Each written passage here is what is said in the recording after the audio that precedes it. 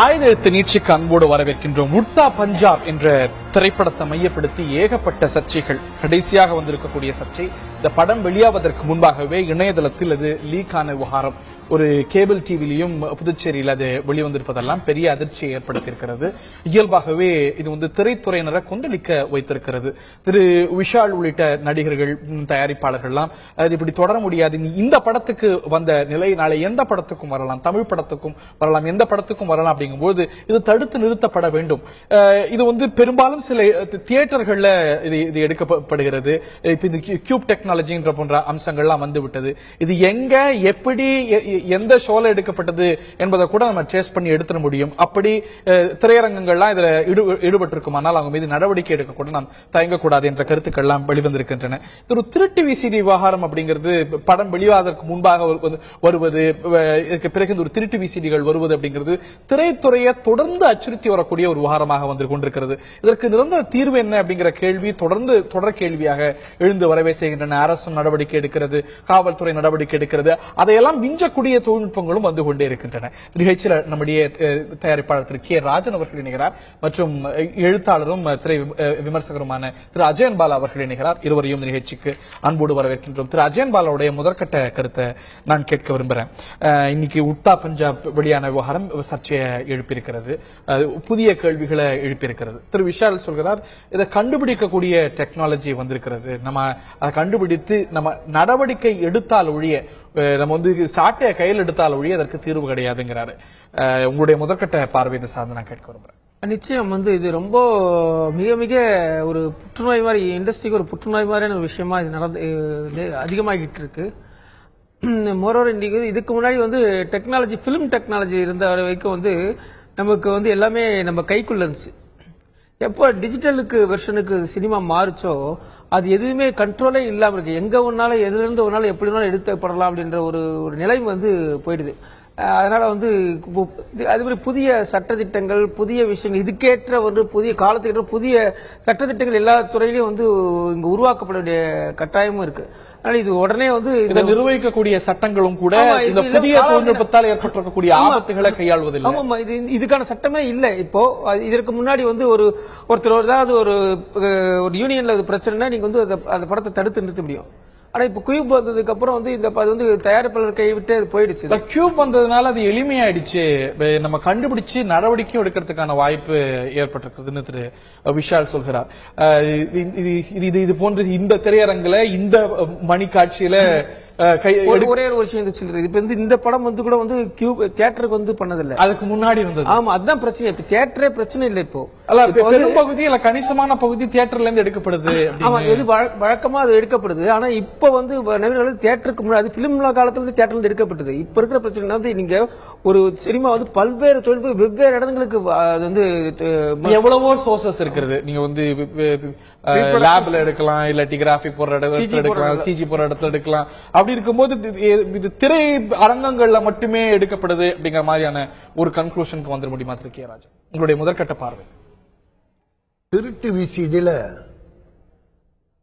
அதை கண்டுபிடிக்கிறதுல, அடிதடி கலாட்டாவில் இறங்குறதுல நான் தான் டாக்டர் பட்டம் எனக்கு கொடுக்கணும். சினிமாக்காரங்க உண்மையான நன்றி உள்ளவங்களா இருந்தா கே ராஜனுக்கு ஒரு பாராட்டு விழாவை நடத்திருக்கணும். 5 நாள் ஜெயில இருந்தவன் தான். பர்மா பசார்ல கமலஹாசனுடைய வேண்டுகோளுக்காக ஏராம் பிடிக்க போய் போலீஸ் B1 போலீஸ் ஸ்டேஷன் என் மேல கேஸ் போட்டு இன்னும் அந்த கேஸ் 12 வருஷம் 14 வருஷமா நடக்குது. போன 6 மாசம் முன்னால நான் கேஸ் அட்டன் பண்ணலன்னு என்ன அரெஸ்ட் பண்ணி மறுபடியும் ரிலீஸ் பண்ணாங்க. அது ஏன்னா இதுல நான் ரொம்ப தரவா இறங்கி விசிடி கடைகள்லாம் கூட அடிச்சேன். அப்புறம் போலீஸ் கமிஷனர் விஜயகுமார் என்ன கூப்பிட்டு, ஏன் இப்படி கலாட்ட, என்ன நடக்குதுன்னு உடனே, படம் தயாரிக்கிற தயாரிப்பாளர்கள் எவ்வளவு கஷ்டப்படுறான், நடுத்தருல நிக்கிறான், எல்லாத்தையும் இழந்துட்டு. ஆனா முதலீடே இல்லாம ஒரு திருட்டு விசிடி தயாரிக்கிறவன், அதை விற்கிறவன் மாடி வீடு கட்டிக்கிட்டு போறான். அவ்வளவு கொடுமைகளை சொன்ன பிறகு அவரு சென்ட்ரல் கிரைம்ல 5 செக்ஷன் ஏதோ ஒண்ணு அதுல போட்டு இன்ஸ்பெக்டரோட என்ன லிங்க் பண்ணி நான் அந்த பஸ் எல்லாம் மடக்கி, கோயம்பேடுல ஒரு பஸ் நடக்கி டிவியை கட்டினேன் போலீஸ் ஆதரவோட உதவியோட. அப்புறம் பெருந்தளத்தூர்ல ஒரு பஸ் மடக்கி அந்த டிவியை கழட்டி கேஸ் போட்டாங்க. அந்த விஜயகுமார் கையெழுத்து கும்பிடணும். அந்த கமிஷனர் என்ன போராட்டத்தை பார்த்து கூப்பிட்டு வச்சு ஏன் என்ன அப்படின்னு கேட்டவர் அவரு. 9:30 மணிக்கு தந்தி டிவில பேட்டி கொடுக்கிறார் விஜயகுமார். அப்பா அற்புதமான காவல்துறை அதிகாரி. இது முன்னால பிரிண்ட் இருந்தப்போ நாங்க மலேசியா சிங்கப்பூருக்கு ஓவர்சீஸ் வித்துருவோம். அந்த ஓவர்சீஸ் 2 நாளைக்கு முன்னால பிரிண்ட் கொடுக்கணும். அந்த பிரிண்ட் பிளைட்ல போன உடனே அங்க விசிடி தயாரிக்கிறது என்பது குடிசை தொழில். அந்த பிரிண்ட் பிளைட்ல இருந்து இறங்கணும்னா விசிடி தயாரிச்சுட்டு அப்புறம் தான் அந்த டிஸ்ட்ரிபியூட்டருக்கு போக அவங்க தான் பண்ணாங்க. பிறகு அது அப்படியே அடுத்த பிளைட்ல வந்து இங்க அது 10,000 1 லட்சமா ஒரிஜினல் பிரிண்ட் அப்படியே ஒவ்வொரு டிஸ்ட்ரிக்டா போகும். திருச்சியில் இறங்குச்சுன்னா அங்க ஒவ்வொரு டிஸ்ட்ரிக்ட்ல கார்ல இருப்பானுங்க. அப்படியே கொண்டு போய் அவன் அப்பளம் மாதிரி சுட்டு போட்டுவான். அப்படி இருந்தப்ப நான் போராட்டம் நடத்தினேன். மீனம்பாக்கம் விமான நிலையத்தில் 2000 பேரை திரட்டி மலேசியா சிங்கப்பூர்ல இருந்து விசிடி வருது, கஸ்டம் அதிகாரிகள் அதுக்கு துணை போறீங்க என்று ஒரு போராட்டம் நடத்தின. இது வரலாறு. இப்ப அந்த பிரிண்ட் போன பிறகு பிரிண்ட் இருந்தப்போ அந்த டேப் மாதிரி ஒன்னு இருக்கும்.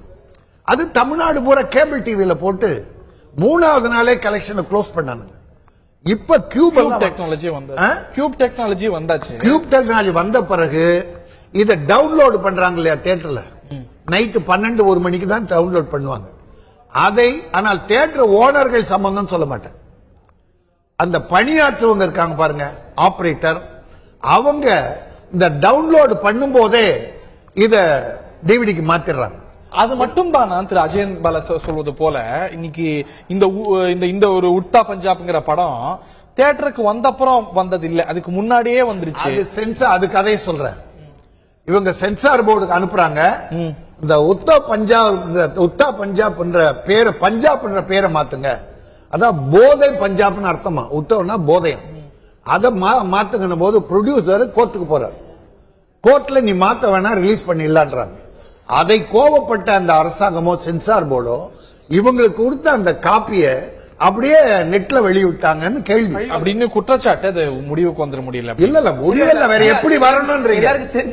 எப்படி வரணும்ன்றீங்க? ஒரு சென்சார் போர்டுக்கு நாங்க நம்பிக்கையோடு கொடுக்கிறோம். பிரிண்ட நாங்க முதல்ல கொடுக்கிறது சென்சார் போர்டு. உக்தா என்றால் பறப்பது அப்படிங்கிற ஒரு விளக்கம் வருது. போதை என்பது ஒன்றாம் எனக்கு சொன்னது மயக்கத்தில் பறப்பது. அந்த படமே வந்து முழுக்க நான் காலையில பார்த்த அந்த படமே முழுக்க பஞ்சாப் மாநிலம் வந்து எவ்வளவு தூரத்துக்கு போதைக்கு அடிமையா இருக்கு அப்படிங்கறத காட்டுறதா தான் இருக்கு அந்த படம். உண்மையிலே வந்து ரொம்ப நமக்கு பார்க்கும்போது அதிர்ச்சியா இருக்கு அந்த படத்தை. அந்த போதை இருக்கும்போது நீங்கள் சொல்வது போல இது வந்து எவ்வளவு வழிகள்ல வரும்பொழுது இது சவால்களும் கூட ஜாஸ்தியாகுது. தியேட்டர்ல எடுக்கப்படுதுங்கிற ஒரு குற்றச்சாட்டு, அதுக்கான சோர்சஸும் பெருகி கொண்டு போகுது. டெக்னாலஜி வளர நான் விரிவா உங்களோட விளக்கம் கேட்க என்னுடைய கருத்தையும் கேட்க. ஒரு வீடியோ பைரசி அப்படிங்கிறது திரைத்துறையை தொடர்ந்து வாட்டக்கூடிய ஒரு விவகாரமாக அரசு என்ன நடவடிக்கை எடுத்தாலும் புதிய வடிவங்கள்ல புதிய ரூபங்கள்ல திரைத்துறைய பெரிய சவாலுக்கு உள்ளாக்கூடிய விவகாரமாக இருந்து வந்து கொண்டிருக்கிறது. திரு விஷால் உள்ளிட்ட தயாரிப்பாளர் சங்கத்தை சேர்ந்த பலரும் கூட இதை பற்றி தங்களுடைய கவலைகளை வருத்தத்தை வெளிப்படுத்தியிருக்கிறாங்க. இதற்கான தீர்வு என்ன என்பதை பற்றி பேசி வருகின்றோம். சில ஆண்டுகளுக்கு முன்பு திரு கமல்ஹாசன் சொன்னார், வீடுகளுக்கு அந்த டிடிஎச்ல படங்களை கொண்டு போலாம். அந்த முயற்சியை அடுத்த கட்டத்துக்கு திரு சேரனும் கூட செய்தார். இது போன்ற அவுட் ஆஃப் பாக்ஸ் சொல்யூஷனை சிந்திக்க வேண்டிய தருணங்கள் வந்துடுச்சுன்னு நினைக்கிறீங்களா?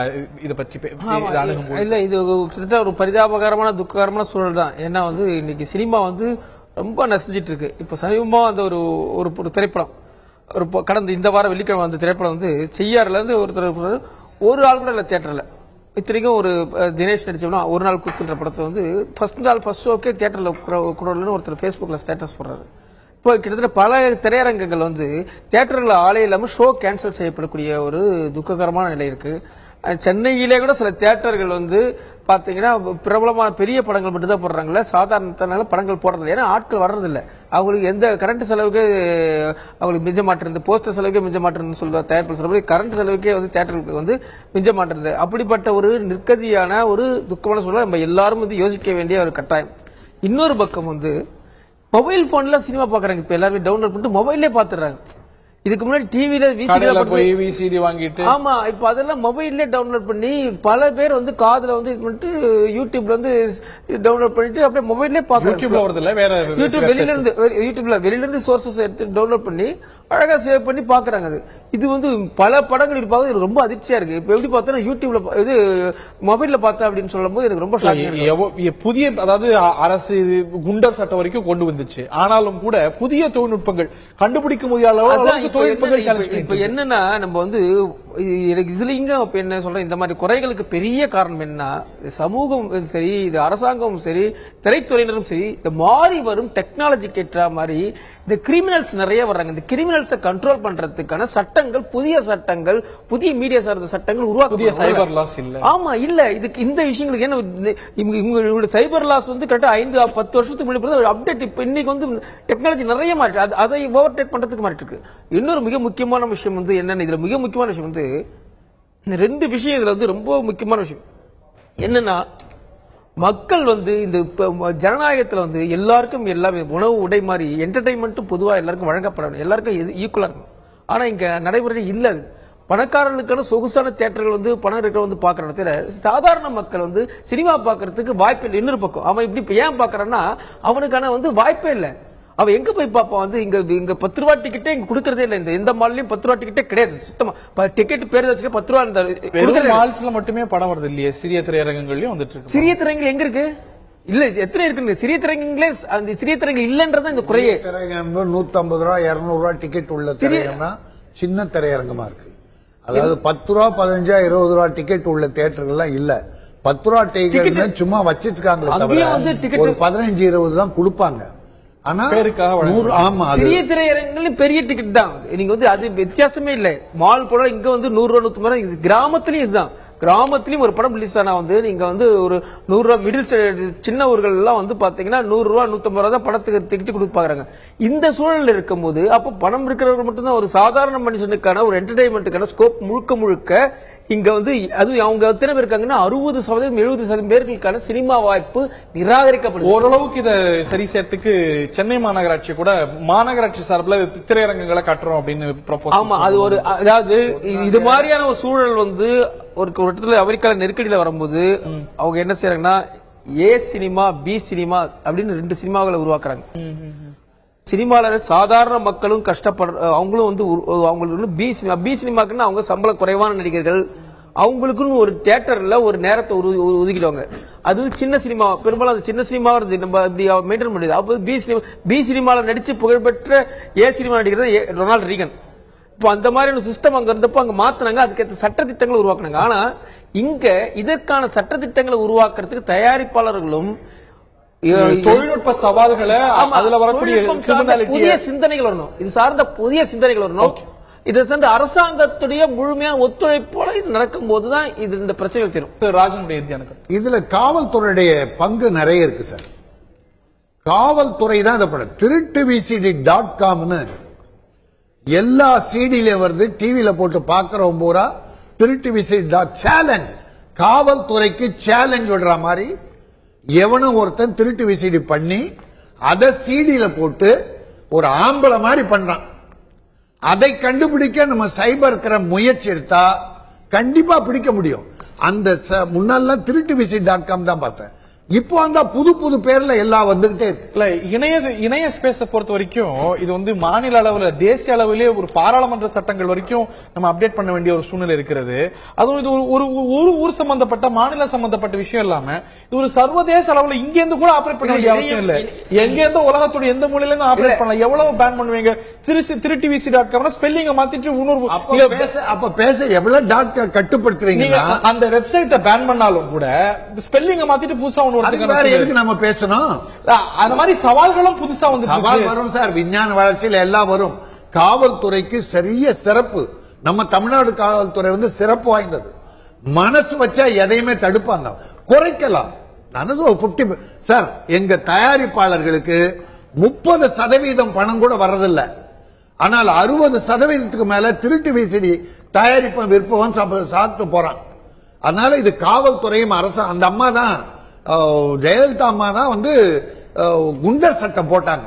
நான் காவி உடை போட்டிருந்தேன். திரையுலகமே ஒரு ஊர்வலம் ஒண்ணு விட்டாங்க. அப்ப அந்த அம்மா கூப்பிட்டு வச்சு ஒரு குண்ட சட்டம் போட்டான். அப்போ ஒரு 5-6 பேரை போட்டாங்க காவல்துறை. எதுவா இருந்தாலும் காவல்துறை மனசு வச்சா நடக்கும் சார், இல்லன்னா நடக்காது. இதுல கருப்பு ஆடுகள் காவல்துறையில இருக்காங்க கொஞ்சம் பேர். அதனால எனக்கு பர்மா பசார்ல விற்கிற சீடிய தடுத்து நிறுத்த முடியும். இல்ல திரைத்துறையிலேயே நீங்க திரையரங்கங்கள்ல சம்மதம் இல்லைங்க, ஊழியர்கள் செஞ்சுட்டு இருக்காங்க அப்படின்னா இது எல்லா இடத்துலயும் வரவேற்கக்கூடிய ஒரு விஷயம். இந்த பிரச்சனைகளுக்கு இண்டஸ்ட்ரியிலயும் நிறைய சில மாறுதல்கள் தேவைப்படுது. குறிப்பா வந்து பாத்தீங்கன்னா இப்போ 2 கோடியில படம் எடுக்கிறவங்க 100 ரூபாய் கொடுத்து பாக்குறாங்க. இப்ப 8 கோடியில படம் எடுத்தாலும் அதே காசு தான். இப்போ ஒவ்வொரு பட்ஜெட்ல இருக்கிற படங்களுக்கு ஏற்ற மாதிரி அந்த அதுக்கான இது தியேட்டர்ல படம் பாக்குற கன்சியூமருக்கு வந்து அதுக்கான வாய்ப்பே இல்லை. முதல் பிரச்சனை இது. இரண்டாவது வந்து ஒவ்வொரு கண்ட்ரோல் ஒரு தயாரிப்புல வந்து ஒரு ஒழுங்கு இருக்கணும். அதாவது அவங்க திட்டமிடலும் ஒழுங்கும் வந்து இல்லாதது ஒரு மிகப்பெரிய ஒரு விஷயம். மூன்றாவது பிரச்சனை நடிகர்களுடைய சம்பளம் வந்து என்னன்னா, ஒரு படத்துக்கு வந்து 20 கோடி வசூலாச்சுன்னா அடுத்த படத்துக்கு நடிகருடைய சம்பளம் 20 கோடி. இது எப்படி நடக்கும்? வந்து அப்ப வந்து ஒரு பட்ஜெட்ல வந்து நடிகரோட சம்பளம்ன்றது ஒரு பங்கு தான். ஆனா வசூல் வந்து எந்த வசூல் வருதோ அதே தான் அடுத்த படத்துக்கு அவங்க தீர்மானிக்கிறாங்க. வேற வழி இல்லாம தயாரிப்பாளர்களும் நடிகர்கள் நம்பி இருக்கிறதால அவங்களுக்கு அத்தனை பேர் போட்டி போட்டு அவ்வளவு சம்பளம் கொடுத்து பண்ணாங்க. இது காவல்துறை சம்பந்தப்பட்ட சில முக்கியமான விஷயங்கள் எழுப்புறாரு. காவல்துறை சம்பந்தப்பட்ட விஷயங்களை பற்றி நீங்க குறிப்பிடுறீங்க, காவல்துறை தடுக்கலான்னு. ஆனா இது உற்பத்தி ஆகக்கூடிய விஷயங்களே உங்களுடைய சகோதர அமைப்புகள் ஆளுமைக்கு உட்பட்ட விஷயங்கள், திரையரங்கங்களோ இல்லாட்டி கிராபிக் உருவாக்கக்கூடிய இடங்களோ இல்லன்னா லேப்ஸோ, அதுல அதை ஃபுல் ப்ரூஃபா வச்சுக்கிறதுல உங்களுக்கும் பங்கு இருக்கிறது. கண்டிப்பா பங்குண்டு. இப்ப திரையரங்க என்ன பார்க்கணும், அந்த ஓனர் தான் நாங்க நம்பி கொடுத்துறோம். அது கூட இப்ப முன்ன பிரிண்ட் கொடுத்தோம். இப்ப அந்த கியூப் யூஎஃப்ஓன்னு வருது. அதை டவுன்லோடு பண்ணும்போது உள்ள வேலை பார்க்கிறவன் இந்த வெளியில இருக்க திருட்டு பயல உள்ள விட்டு இதை டவுன்லோட் பண்ணிக்கிறான். அப்ப பலர் பிடிச்சிருக்காங்க. இப்போ அது தெரியுது எந்த தேட்டர்ல பண்ணாங்க, என்ன நேரம் பண்ணாங்கன்னு கூட அது கடுமையான நடவடிக்கைன்னு அது இல்ல. அததான் காவல்துறையை சொல்றேன். காவல்துறை கடுமையான குண்டர் சட்டம் இப்ப இருக்கிற சிஎம் முன்னால போட்டாங்க 2004. இல்ல காவல்துறை பற்றி சொல்றீங்க, உங்க அளவிலேயே இதை வந்து விட்டுங்க சார். இப்ப நடிகர் விஷால் வந்து ரொம்ப அக்கறையோடு பாடுபடுறார் திருட்டு விசிறியை ஒழிக்கணும்னு. ஆனா நடிகர்கள் சம்பளம் உயர்ந்திருக்க அதை குறைக்கணும். அப்புறம் இந்த திருட்டு விசிறி எல்லாரும் ப்ரொடியூசர் டைரக்டர் இன்னைக்கு ஒரு மீட்டிங் போட்டிருக்காங்க, தயாரிப்பாளர் டைரக்டர் சேர்ந்து போட்டிருக்காங்க. நல்ல முயற்சி. நடிகர் விஷாலும் அதுக்கு குரல் கொடுத்துட்டு இருக்கார். இது எல்லாரும் ஒண்ணு சேர்ந்து ஒரு 4 இடத்துல அட்டாக் பண்ண காவல்துறை உதவியோட. இப்ப நான் கமிஷன் அனுமதியோட பஸ் மடக்கினேன், டிவியை கழட்டினேன், போலீஸ் கேஸ் போட்டது. ஒரு 3 மாசம் பஸ்ல படமே போடாம இருந்தாங்க.